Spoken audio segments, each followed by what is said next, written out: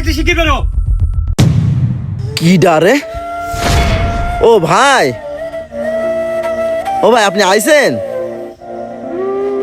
ও ভাই আইছেন, দাঁড়াই আছেন কেন? আসেন, বসেন বসেন। চেয়ারে যে ময়লা। ও ভাই বসেন বসেন।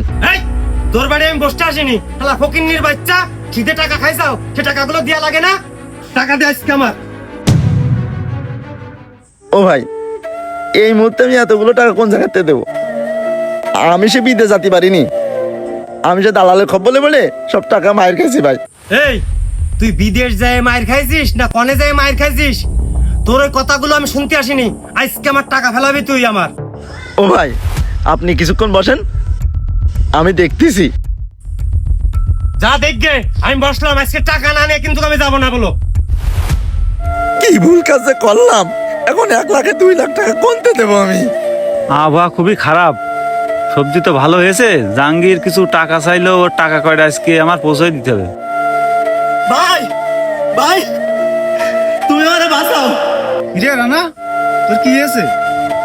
ভাই সে কথা আর কয়ে না, আমি ওই বিদেশ যাওয়ার জন্য ওই ইমদাদের কাছ থেকে 1 লাখ টাকা নিলাম, এখন তার 2 লাখ টাকা দেওয়া লাগবে।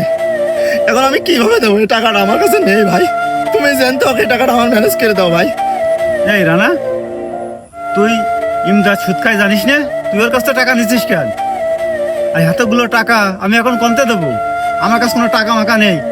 তুই জানতে পারিস শান্তি জোগাড় করে নিগে ভাই, আমার কাছে এতগুলো টাকা নেই। ভাই তোমার কাছে না গরু বেচা টাকা রয়েছে, তুমি তো কালকে আমারে বললে যে একটা জমি নি ভাগ, আমার জমি দেখতে বলি চাও, সেই জায়গার থেকে নাকি আমার এই বিবাদটা উদ্ধার করে দাও। আচ্ছা, আমার সে জমি নিয়ে আয়ে গেছে, 1 লাখে 2 লাখ সুদে টাকা নেওয়ার সময় মন থাকে না? আমার কাছে কোনো টাকা পয়সা নেই, জানতে পারিস শান্তি জোগাড় করে দিকে যা।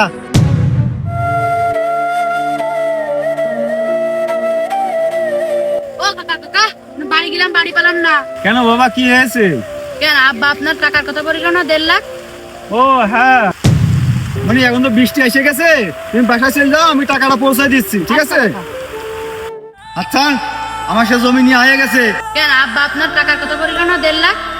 ও হ্যাঁ, মানে এখন তো বৃষ্টি এসে গেছে, তুমি বাসায় চলে যাও, আমি টাকাটা পৌঁছে দিচ্ছি, ঠিক আছে?